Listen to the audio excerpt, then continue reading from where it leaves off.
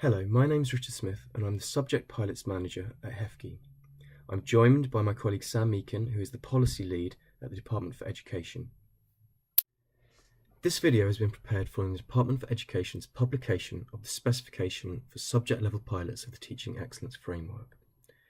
HEFCE has been commissioned by DFE to implement the pilot, and together we ran a series of events at the start of September 2017 to give potential pilot participants more information about the development of the specification and how it would be implemented. The slides that follow in this video are taken from those sessions. We hope you will have a better understanding of how the specification was developed, what the potential benefits of participating are, and also the requirements of taking part. In these slides, we'll be really focusing in on the subject level pilots. We will not be talking about the Year 2 outcomes, nor will we go into details of the Year 3 specification.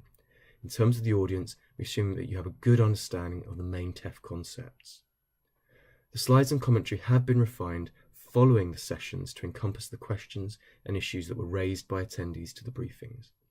I'll now hand over to Sam, who will set out the policy context for you. Thanks.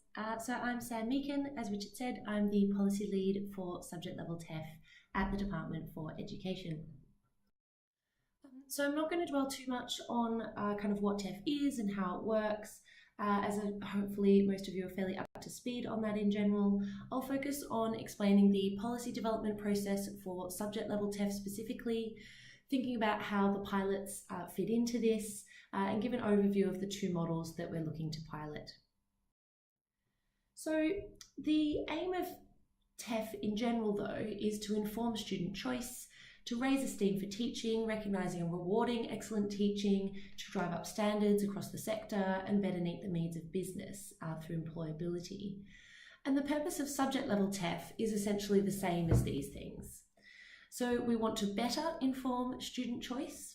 We know that most students often choose their subject first and then choose a provider that offers that subject. And we still want to differentiate across both gold, silver and bronze.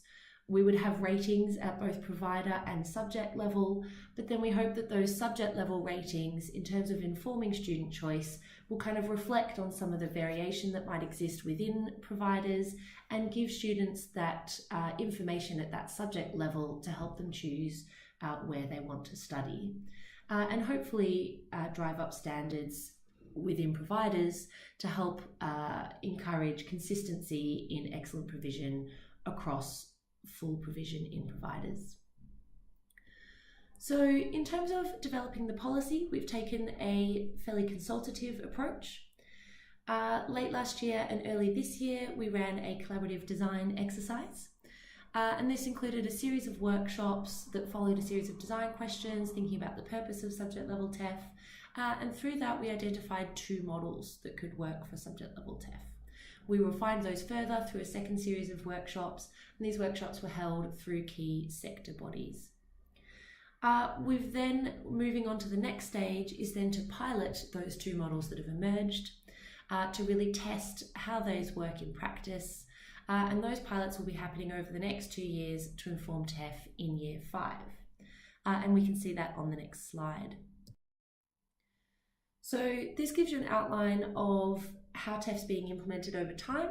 So Year 2, you can see, is the year that we've just completed with results released in June and the lessons learned exercise at the end.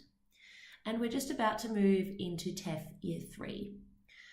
So you can see Year 3 and 4 will remain at provider level TEF, but alongside that we'll have subject level pilots. And the current year of subject level pilots alongside Year 3 is in red here, and that's the one that I'm talking about now, or that this slide pack is referring to. A key thing to note here is that the subject level pilots will occur across those 2 years to then inform full implementation, hopefully, of subject level in Year 5. So at that point, subject level TEF would essentially override provider level TEF or replace that process.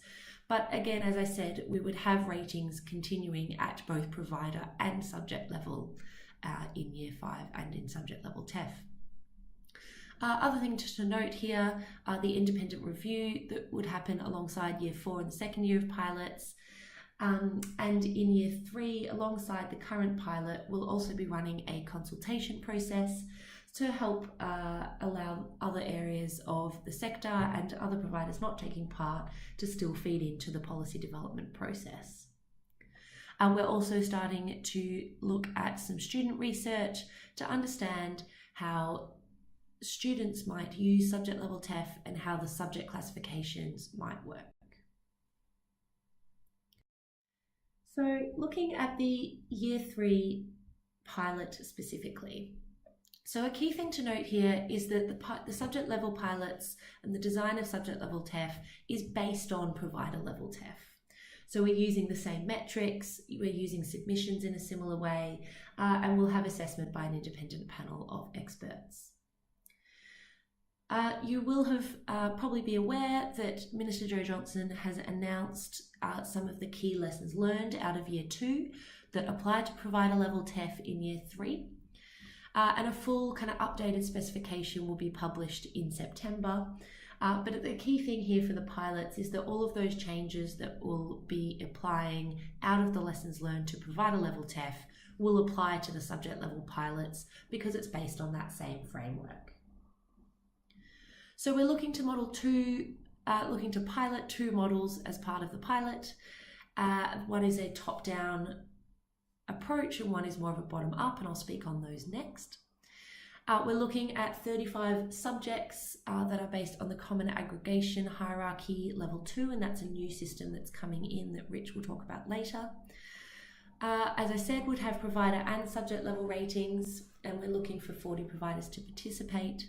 And then alongside this pilot, as part of it, we're looking to pilot a teaching intensity measure.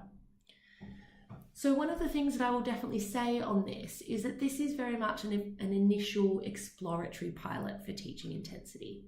It's very much a scoping pilot with the intent of kind of exploring the feasibility and usefulness of collecting teaching intensity information and developing that into a measure. And we recognise that sector-wide rollout of this will take time and consultation, and that this is just the first step. So the aim of these pilots is really to test the 2 models, to see how they work in practice, so we can then refine the policy for subject level TEF to inform a second year of pilots, the independent review, and then through to full implementation in year 5. So going on to the model specifically. So model A is the by exception top-down approach.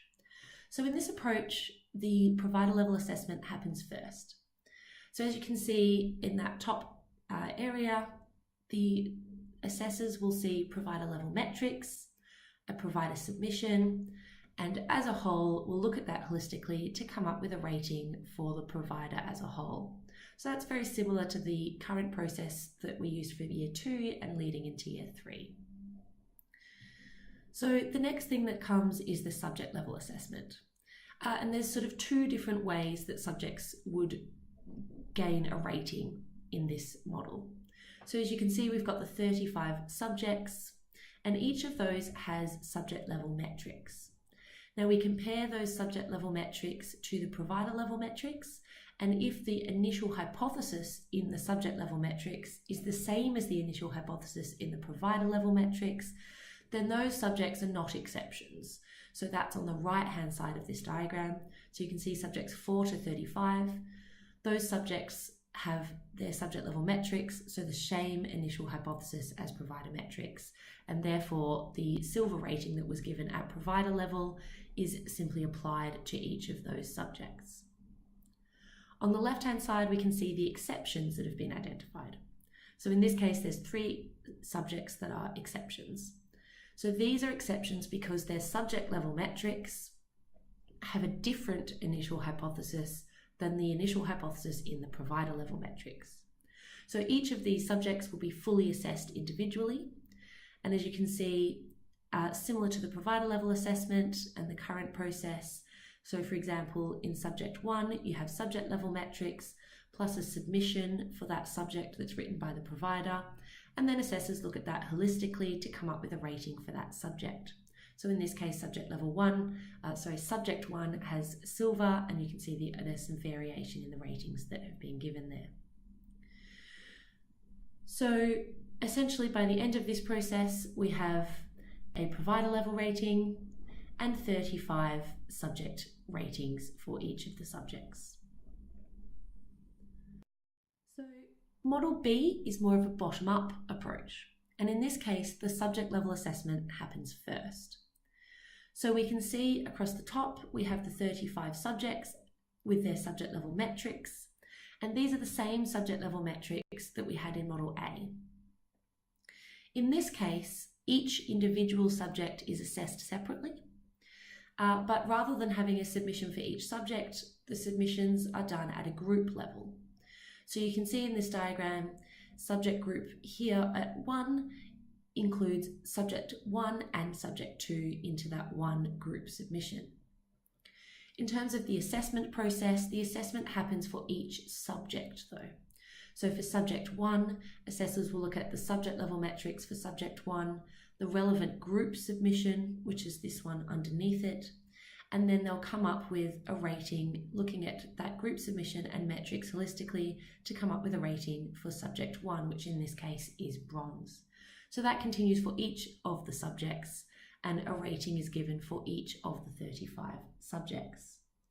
So the subject groupings are medical and health sciences, engineering and technology, natural sciences, social sciences, business and law, arts, and humanities. So after that subject level assessment, and we have the ratings for each of the subjects, the next step is then the provider level assessment. So this process is, as we saw before, includes provider level metrics, a provider level submission that's written by the provider, and then this third element, which is new and quite unique to Model B. And we're calling that the subject-based initial hypothesis. And this is essentially an initial hypothesis calculated based on the subject level ratings that were given at subject level. So essentially there's a rule that applies similar to initial hypotheses in the metrics. And to develop that calculation, each of the subjects is weighted by the number of students studying that subject. So it's calculated by following the following rules. So if 33% or more of a provider's students are captured in metrics in subjects receiving bronze, then the provider will receive a bronze initial hypothesis for the subject-based initial hypothesis. If at least 50% of provider students are in subject receiving gold and less than 33% in bronze, then they will receive a gold initial hypothesis, and the remaining would be silver. So essentially assessors will take together the provider level metrics, the provider level submission, this subject-based initial hypothesis, think about all of those three things holistically to come up with a provider level rating. So similar to Model A, by the end of this process, we have a provider level rating, in this case is silver, and a series of 35 subject level ratings. So just to kind of recap and compare some of the features. So in Model A, the subject level assessment only happens for exception subjects, whereas in B, all subjects are fully assessed. The provider level assessment happens first before subject in A, whereas it happens second in Model B. The submissions, so provider submissions are 15 pages, similar to Year 2 in Model A, whereas Model B, because there's a higher expected kind of admin burden of assessing all subjects, we want to test a reduced provider submission of 10 pages, which will focus on 3 criteria that we feel reflect the kind of provider context. So the subject level submissions will be just for exception subjects in Model A with 5 pages each, and in Model B, all subject groups will have a submission, and the page length maximum will depend on the number of subjects that you as a provider have in that group. The other thing to note on the subject groups and submissions is that providers will be allowed to sort of move one subject between groups. So there's a slight difference as well in terms of the way that ratings are decided in the two models. In model A, the main panel will kind of decide both provider and subject ratings, whereas in model B, we want to test the use of subject panels, which will make the kind of final decisions for subject level ratings. Final thing to note here is that subject level metrics are done at the 35 subject level, and they're the same metrics for both models. So eligibility for TEF Year 3 pilots. So essentially any provider that is eligible for the provider level Year 3 TEF exercise will be eligible for the pilots this year. So essentially the updated TEF specification that I mentioned will outline that in more detail, but essentially we're expecting that the eligibility is very similar to Year 2, and you can see that on the right hand side. So you would require designation for student support, have a widening access and participation statement or access agreement, meet the quality requirement, and have suitable metrics. The one thing we can say is that, which is slightly different from Year 2, is that we've always said that providers will not be disadvantaged from the NSS boycott. And essentially that means that if you're concerned that your provider might not have suitable metrics only because of the NSS boycott, then we can now confirm that you will definitely be eligible for both Year 3 and the pilots, that you will be deemed to have suitable metrics. We've also had confirmation from all of the devolved administrative governments that all providers across the UK can participate in the pilots. And the final thing to note is that you can participate in both Year 3, kind of full provider level TEF, as well as the pilots alongside Year 3. There's also no requirement to have participated in Year 2 of TEF or to participate in Year 3 to participate in the pilot. You simply need to be eligible to be able to participate if you wanted to in the Year 3 provider level TEF. So finally, I just kind of wanted to reflect on some of the benefits to providers of being involved in the pilots. So I think this is a really big opportunity for providers to really influence the direction of the TEF policy. So you'll be really directly involved in how subject level TEF develops, and providers will really be a critical part of that policy development process if they participate in the pilots. Feedback from providers will play a really important role in really understanding the issues that arise for providers in subject level TEF and reflecting on how we could address those through development of the policy and making refinements to the policy for next year and then through to Year 5. If there are particular nuances that you have as a provider or differences that you might have, we'll be able to identify those early on and think about how they impact on the subject level TEF policy and how to reflect those. You'll also work really closely with HEFCE to be able to kind of provide that live feedback as the pilot progresses.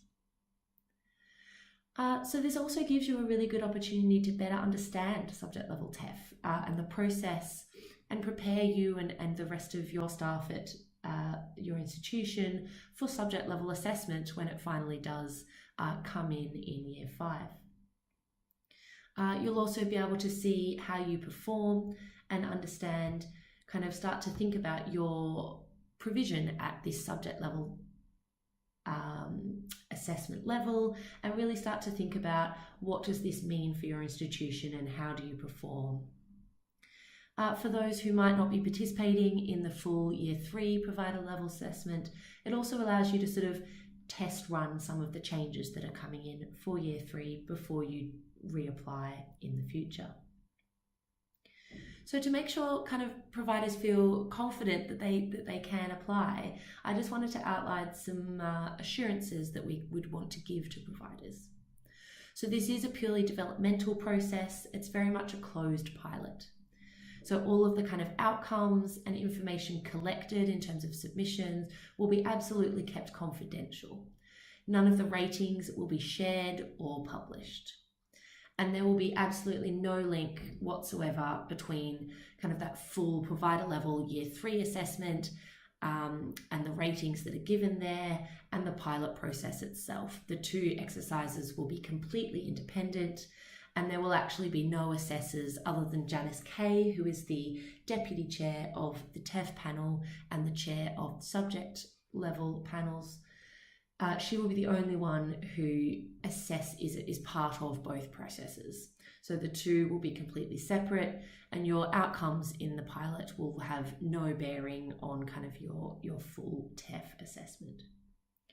So hopefully that kind of generally, as much as possible, gives a fairly risk-free opportunity to providers to really better understand subject level TEF and really work closely with the government as it's embedded in terms of the development over the next 2 years. Now over to Richard to discuss implementation.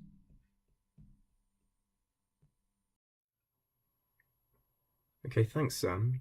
So we've seen how the policy development occurred, we've understood better the purpose of the pilots, and we've got a good overview now of the two models that will be tested. So in these slides, I'm really going to be focusing on more of the practicalities about the pilots. I hope to give you the information that you need to understand how the pilots will work and to understand the implications for you as a provider if you wish to take part. I'm really going to be focusing on the subject level issues. I'm not going to be talking about the main provider specification. So it's full steam ahead.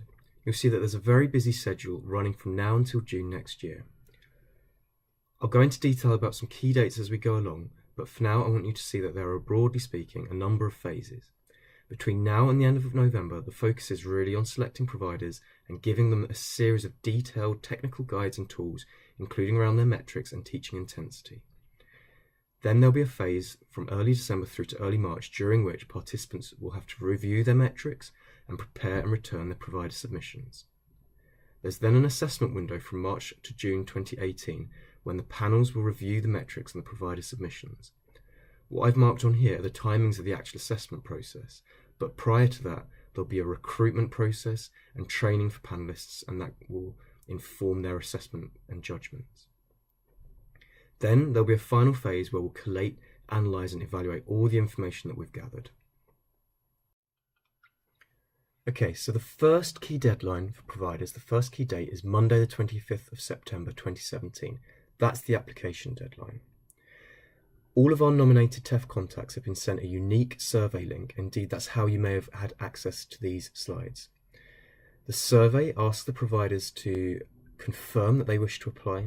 It also gives you the opportunity to identify which of the models you wish to participate in, and you can apply to participate in one of the model or both. Once we've had all the applications in, we'll be selecting providers and we will notify them in late October 2017.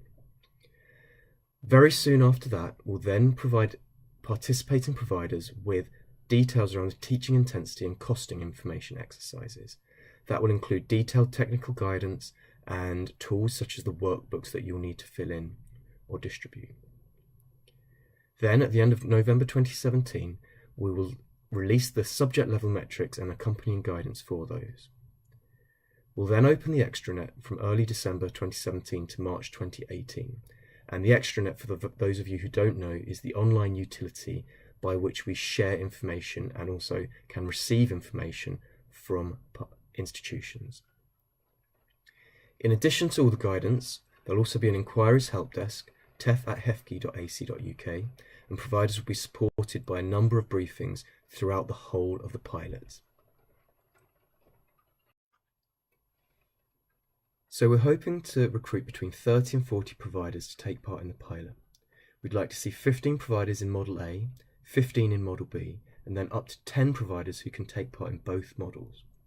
When we've received all the applications, we'll be looking across a range of characteristics to ensure that our selection is as representative of the sector as it can possibly be. We'll be looking at size and breadth of provider, operational type. We'll be looking at the characteristics of the students and whether they're full or part-time.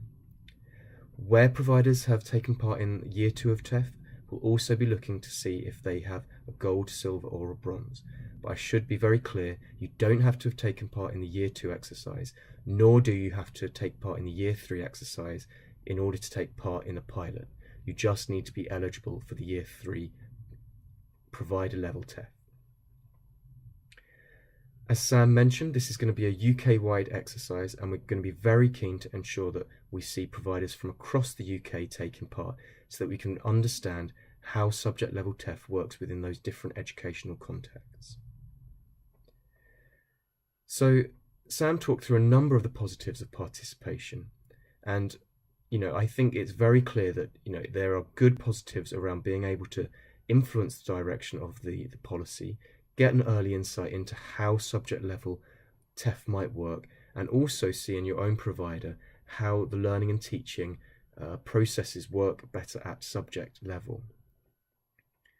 But we want you to come into this well informed. There are going to be a number of requirements for taking part. In particular, you want to consider the different requirements of the different models and how they will impact on your provider. Additionally, if you're thinking of taking part in both Year 3 and the pilots, whilst I can't say much about the specification as it has not been released at the time of recording, what I can say is that we've been working very closely with DfE to look at the timelines, and the timeline between the Year 3 exercise and the subject level exercise is staggered in order that we can distribute the burden as best as possible over the year for those providers who wish to take part in both.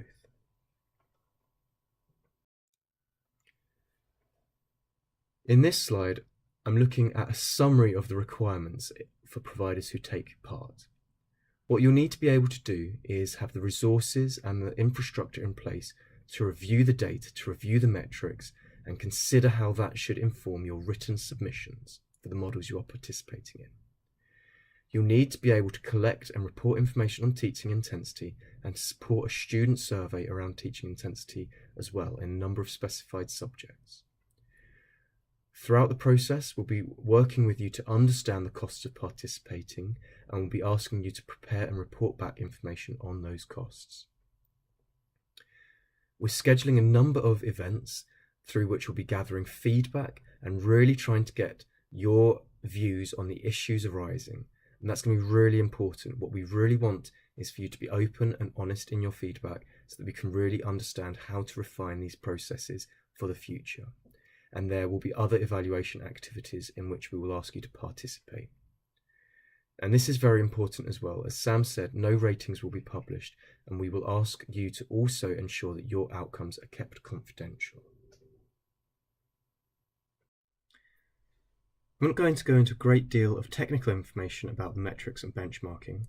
What's important for you to know in the context of the subject level pilots is that the metrics will be presented and calculated in a way that mirrors the Year 3 approach. Also, you should understand that the benchmarking will be conducted against all providers for whom we have appropriate data and relevant data, not just those providers who are taking part in the pilot. If you need a recap on how the benchmarking and the metrics work and how the statistical calculations are done, I'd encourage you to go and have a look at some of the existing Year 2 information. In particular, there's a very good webinar on our website which will walk you through precisely how the metrics are constructed, how the benchmarking is calculated, and the various statistical tests. You will also know potentially that there is a lot of work that has gone into developing a new subject coding system, the Higher Education Classification of Subjects. However, this has not been rolled out across the sector yet, and so HEFCE will be mapping the existing classifications of subjects, the JACS codes, and the Learn Direct Classification System codes to the HECOS hierarchy for you. We'll be releasing the metrics and exceptions data in the week commencing 27th of November. And an important thing to understand is that the data that you will receive is the same, regardless of whether you are taking part in Model A or Model B. The data is the same. Once you've received your metrics, you'll need to start thinking about how to interpret them and how to construct your provider submission. What you can note here in this slide is that there are a number of different page length criteria for different models and at the provider and subject level. And we'll look through a worked example shortly. A couple of things to note: both models draw on the criteria from the main provider level TEF. If you have a look at the Year 2 specification, you can see that it includes detailed examples of the type of evidence to submit against these criteria. All of the 10 TEF criteria will be considered in the subject level assessments, but for Model B, as DfE have already explained, at the provider level, it will focus particularly on aspects of teaching excellence that cannot be sufficiently captured in the subject submissions.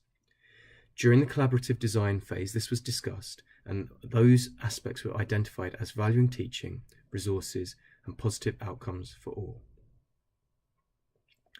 So, for Model A, at the provider level, you'll be asked to write up to 15 pages covering the same 10 criteria as in TEF2. Then at the subject level, for each of the subjects which have been identified as exceptions, you'll be asked to write up to 5 pages on those. What we'll also be doing is testing a fixed percentage of subjects that aren't generated as exceptions. The aim of this is to enable us to test the sensitivity of the rules generating exceptions. What we'll do is we'll be providing institutions with the data around those fixed other subjects.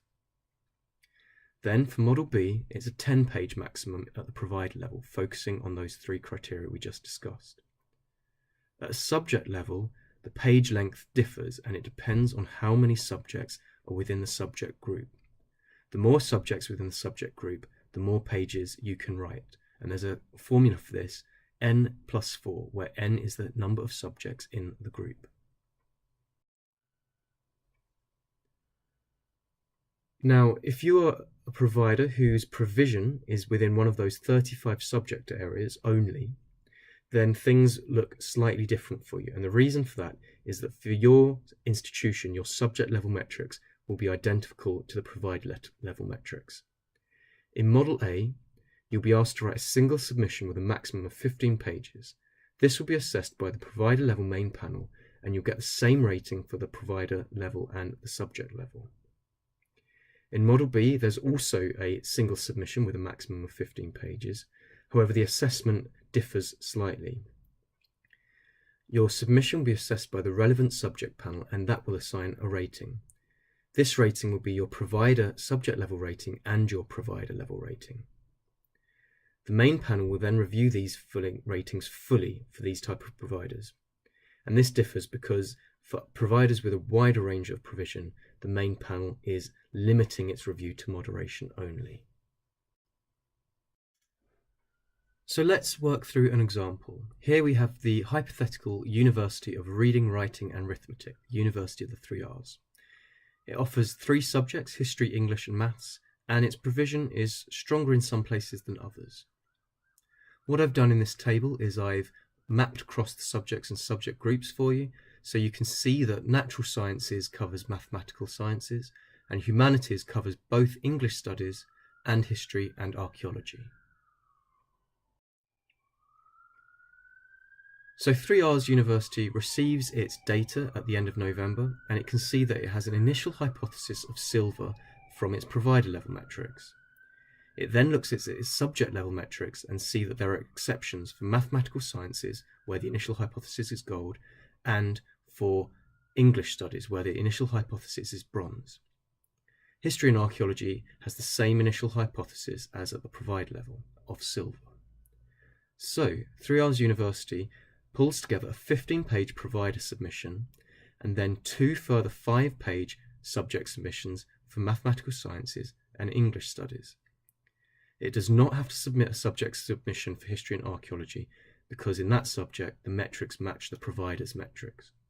So in total, in Model A, 3R's University writes 25 pages, or up to 25 pages.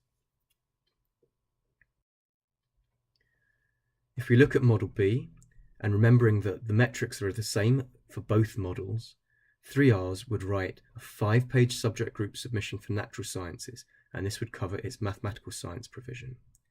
It would then write a 6-page subject group submission for humanities, covering history and archaeology and English studies, and it gets an extra page because there is an extra subject in the subject group. It also writes a 10-page provider submission, and this focuses on those institutional level aspects of teaching excellence that we described earlier. So in Model B, 3R's University writes up to a maximum of 21 pages.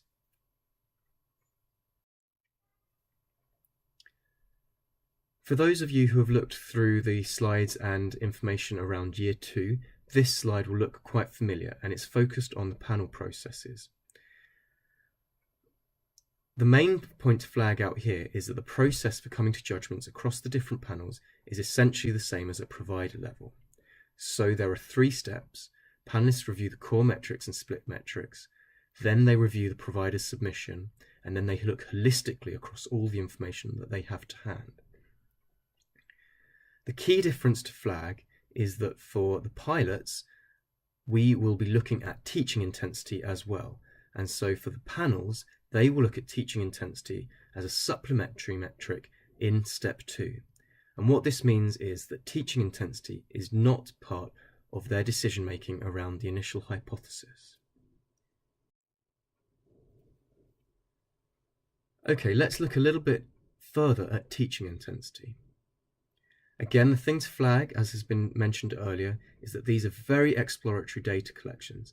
This is the first time we've tried to look at how we might systematically collect this type of information across a sector. It's very exploratory. We're really focusing in on the feasibility of the processes.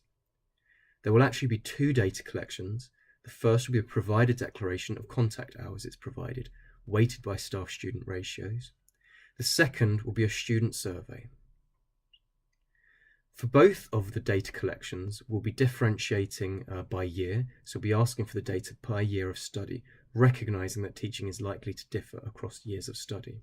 However, we'll be limiting that to the first 3 years of study in this exploratory phase. We anticipate also that the subjects we will ask you to collect this data for will be in nursing, physics and astronomy, creative arts and design, history and archaeology, and law. And that is really to keep the burden down in the first year. If, once we've had a look at the pilot participants, these subjects would not allow a good representative spread, we may consider substituting in other subjects here, but we will be keeping it to 5 subjects only.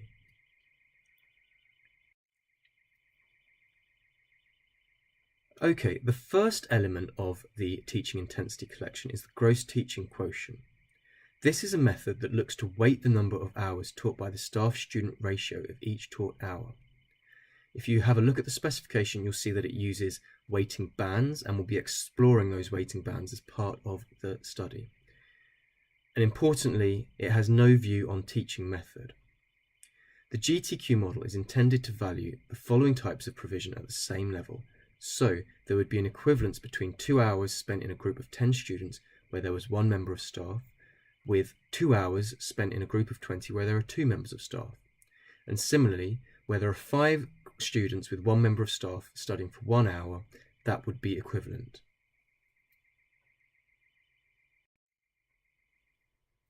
HEFGE is currently looking at the data architecture that will need to be collected to underpin this data, and we'll be providing much more technical guidance on it in due course.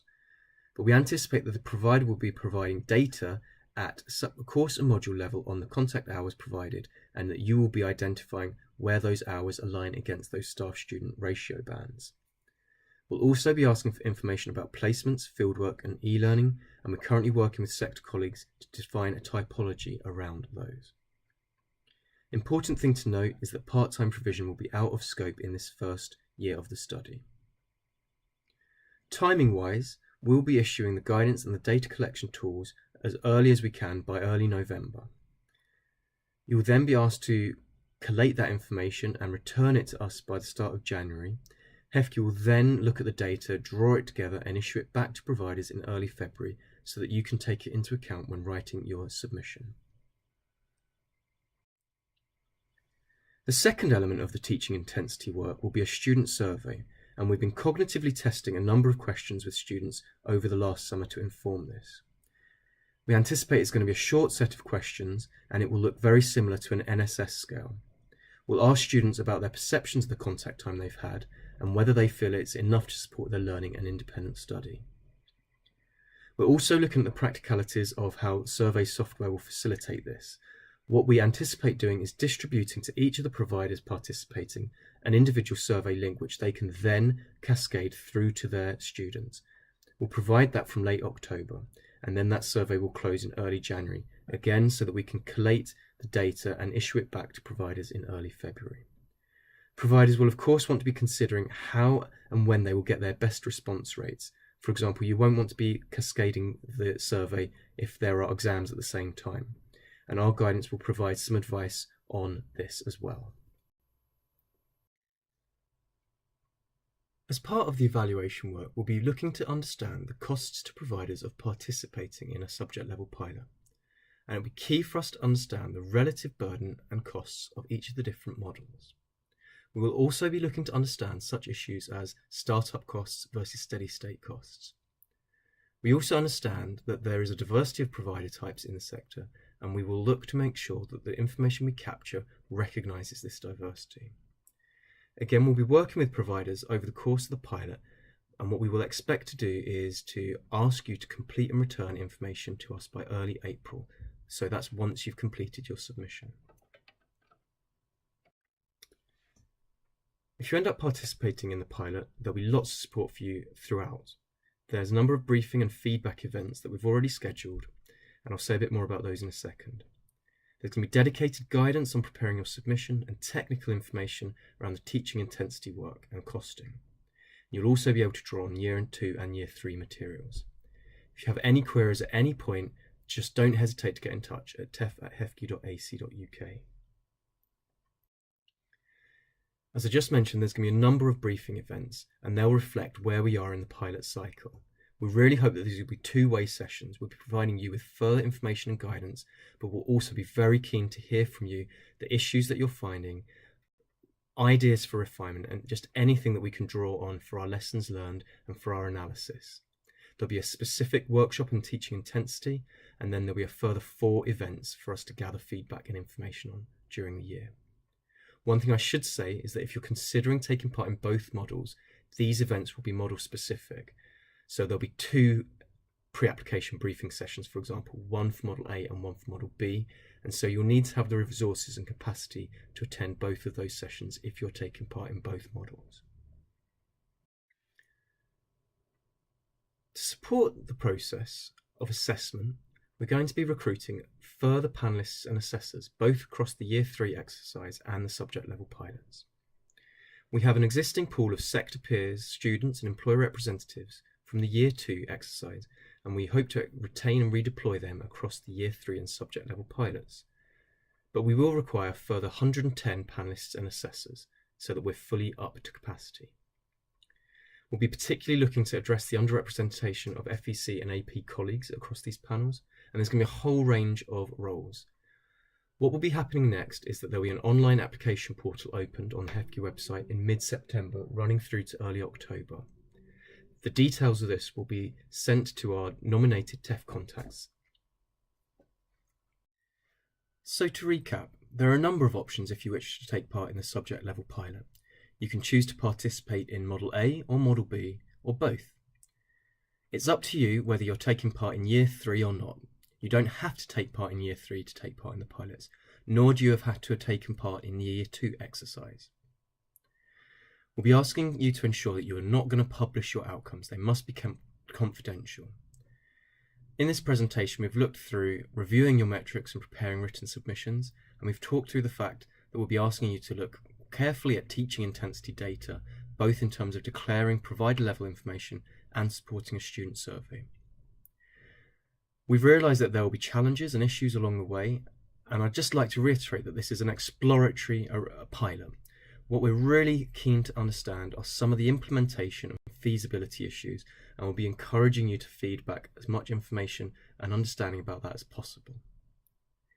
If, having looked through the specification carefully and having the support of your senior management team and decision makers at your institution, you wish to apply, then please do so by Monday the 25th of September. If you have any inquiries, please get in touch with us at tef@hefki.ac.uk. So there's a number of other places you can go for further information. Here is the link to the subject level specification, and there's more information and FAQs on the HEFCE website. I've also put down a number of the key contacts in this slide. Okay, that's it. Thanks very much for listening and sitting through this video. Do get in touch. We look forward to hearing from you. Bye.